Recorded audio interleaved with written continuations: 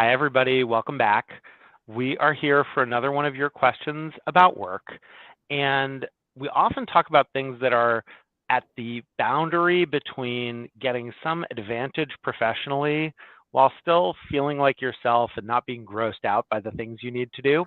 And for those of you who are here for the first time, I'm Roy. I'm a startup investor in the future of work, and I'm here with Cynthia, who has definitely helped me learn some of these lessons. She is the founder of Bell and Ivy, which is a thought leadership agency, so it helps people with their personal brands, and she's an author and has done plenty of other stuff that you can see.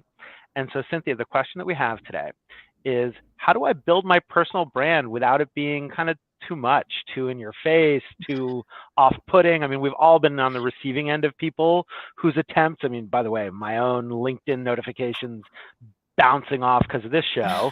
And so what's the right way to do that? Sure. Well, first and foremost, it's to listen first, which is counterintuitive for most people, because a part of being social is to listen. And we go into social media thinking that we're broadcasting, and we're not broadcasting, we're communicating. And in order to communicate, we have to listen and respond.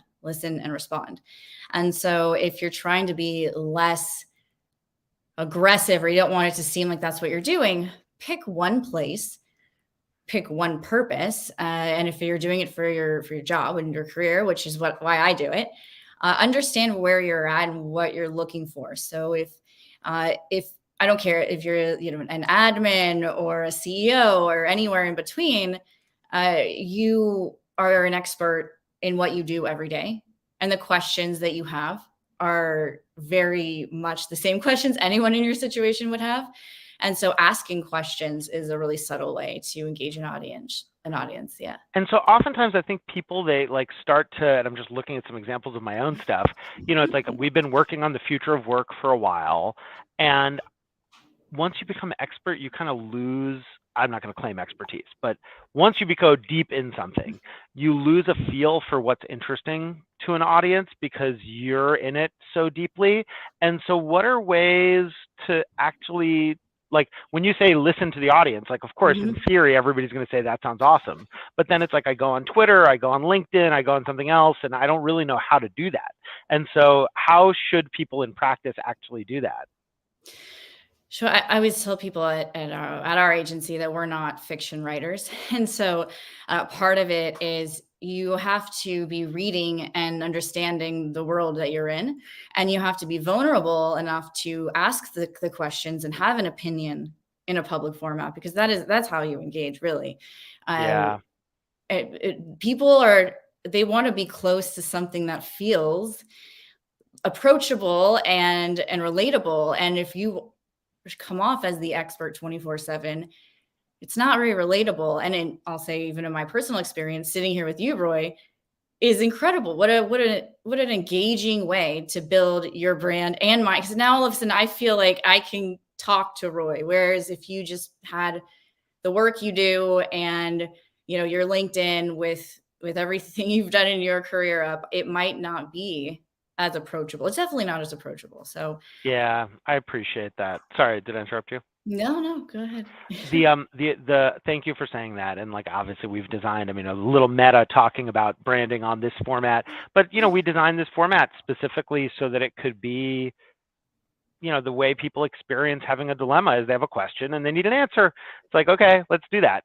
And I'll just put in my little ad that if people want to see past questions, they can find them at thisisnotadvice.work, where we have the repository. And if you want the short form version of this, you can go to jam.ai, which is short audio that does clips of this. But let me ask you, one of the challenges that people have about this kind of even curiosity and exploration is the world seems full of people even doing vulnerable, engaging, there are a lot of people doing it in a healthy and productive way. And a question I often get from people is, how important is it for the areas I'm curious about to be unique to me? A lot of people come to me and they're like, I'm interested in future of work and remote work. It's like, get in line, buddy. There's about a bajillion online people who that's their whole shtick. And so, but maybe that's okay, because there are a lot of chefs too, and they all cook good food. And so how important is it? How do you think about uniqueness in that context? The truth is, I don't think about it, because perspective is unique, and Interesting. and subtlety comes from being natural and having that gut reaction of, oh, I know how I feel about this and I want to say it, or I don't know how I feel about this and I want to curate a place where other people who maybe are sensing that same thing can get together and speak. And I can tell you, I really got into personal branding because I had a job in social media for what I would call the not so sexy companies. And I would go to these conferences and I would ask really tough questions, and everybody would say, well, I work at, X brand and we don't have that problem. We have unlimited budget and our brand is cool. And so I started talking about what it was like to do what I did for the very unsexy brand. And it turns out most people were running marketing campaigns for not so sexy brands. And most people didn't have a place to go, or at least not in a place that was more generalized. It was very like niche and specific. So that helped me a lot. And also I did it on Twitter primarily to start. And what I did is I did a chat where I would ask questions, other people would answer them, and then somehow I became the expert. And it was a great place to learn and engage with the community every week. It took me about half an hour to do it. I built a massive, audience of incredible people I still work with today. So that's the uniqueness, I think. I love that. And the other thing I draw, so, definitely that you bring yourself to it. So even if it's an issue that lots of people have thought about, you're bringing you. And the other thing I take in what you're saying is that there's also this timing serendipity to it, where it's like, yes, it's a steady practice of putting yourself out there, and that's important, but there can also be these moments. Like I remember when Chris Dixon was blogging, he is now a partner at Andreessen Horowitz. There was this day that I remember years and years ago where Fred Wilson, another popular VC blogger, was like, there's this guy, Chris Dixon, and you should all pay attention to him.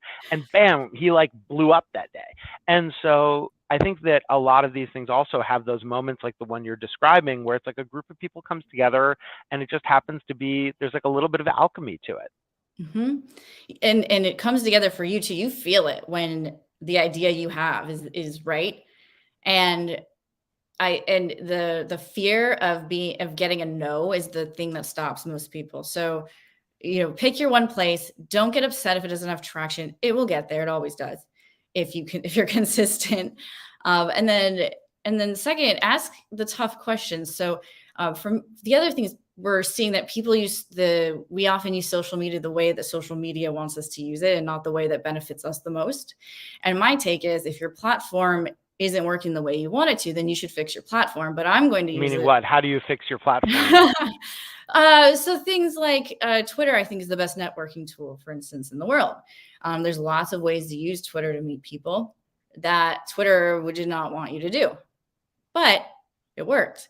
And so I was able to build large networks of future clients, or I wanted to, for instance, I wanted to write a book. I followed a bunch of book publishers and book agents until one reached out to me. That's not how they want you to do that. They want you to put out great content and magically all these people follow you. Yeah.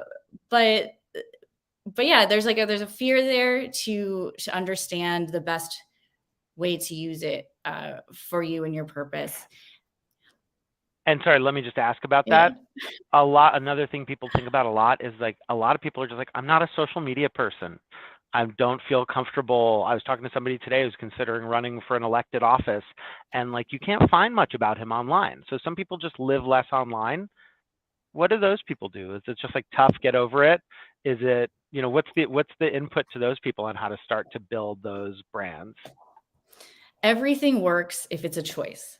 So if you choose to not be online, be the best version of you not online possible. I love that. Oh, that's so good. Yeah, that's, you don't want to go outside of your own comfort zone. It just becomes a second job. And your job is the thing you're doing, not building your brand. Your brand supports the work. It's not the work. Yeah, so well put. I mean, people can become, I think, often also prisoners. Like, they create something on a platform and it works, and then they're like, oh my gosh, I have to feed the beast. Like, I remember there's this YouTuber who does some stuff around chess, who I follow. I've gotten into chess because of this YouTuber with my son. And you know, he made one offhand comment one day about like, here I am posting 7 days a week, and he seems to enjoy it most days. But there are definitely some days where I'm like, gosh, you know, that is a grind, man. Like it's Sunday and he's got to make a 20-minute YouTube video about chess. So I hear you, and I think that's really wise advice on how people can stay in it sustainably. You know, I started my brand as the social media girl. And I aged. Woman, presumably, but exactly. sure. Well, at the time, I was just, you know, it was a whole story behind it. But I realized I'm going to age out of this very quickly, and it's just going to be awkward. And so from the first article I ever wrote for Entrepreneur Magazine was your personal brand needs a growth strategy, and it was about how to make the change. And the truth is that what you're talking about is your life changes, your goals change, the world changes. It's okay to change with it. And it's actually better to do that and just do it all at once. So let me ask you a little question about that. I think that's a powerful rip off the Band-Aid, which is one of the things I've struggled with, is, and here I am getting my personal advice on this, is I have a lot of things I'm interested in. I'm interested in the future of work. I'm interested in labor organizing. I'm interested, of course, in the daily work of my occupation, startups, founders, building things, venture capital. And so I kind of feel like when I share the things I'm interested in, it comes off to anybody else as like a unfocused gobbledygook, because like they're not paying that close attention. They don't care. And so how much is it about being single-minded in the range of issues versus just doing you? You're in a very unique position though, because you're talking about work, and everything touches work. And so there's a whether it's less work, more work, free up time to do something. It's how does the thing you're talking about further the narrative of the future of work. So it's connecting it to that one thing, even if it's a widely varied set of things. I wish I didn't have to work today so I could play chess online. Yeah, right, exactly. I think that's a perfect, that's a perfect reminder. And sometimes those can be thin, like too thin, but honestly, often I feel like they're all connected, because that is the core thing I'm interested in and obsessed over. So yeah, that helps a ton. Anything else before we wrap that you want to make sure to share with people? Sure. There's a little tip that I like to share. When you have something promotional that you'd like to put out, but you're afraid it looks too promotional, send it to the person you have the most connections with and have them share it first. So your mom, your business partner, like whoever it is, send it to them, have them share it and tag you, and then you can share their share. It's just less aggressive. Yeah. Giving up all our secrets. No, we have a version of that on our team. No, this is great. Where, you know, our partner James reminds us that if you brag about yourself, it's off-putting, but if somebody else brags about you, it actually feels good to everybody. So brag about each other, and that's what we do. All right. Yeah. Well, speaking of promoting, you know, if folks want to take a look at what you've written, you know, they can find you at Cynthia Live. Is that the best place on Twitter, at least, to find you? And I know you're on every platform, because I've seen you on plenty of others. Yes, absolutely. So at Cynthia Live on Twitter, Instagram, and cynthialive.com is my website. Yay, so cynthialive.com. Okay, that's great. And then again, you know, if you want to find past episodes, this one will be up there too. You can find our compendium at thisisnotadvice.work. And if you prefer to listen, then, you know, I'm biased here because we invested, but short little audio snippets once a week, you know, once a day on other subjects. You can get BBC, Economist, you know, all kinds of other stuff, jam.ai, and then you can find This Is Not Advice there, but all you have to remember is jam.ai and cynthialive.com. So thank you for that. And would love to do this again, to be continued. Absolutely. Enjoy the rest of your day. Thanks, Cynthia. You too. Thanks, everybody.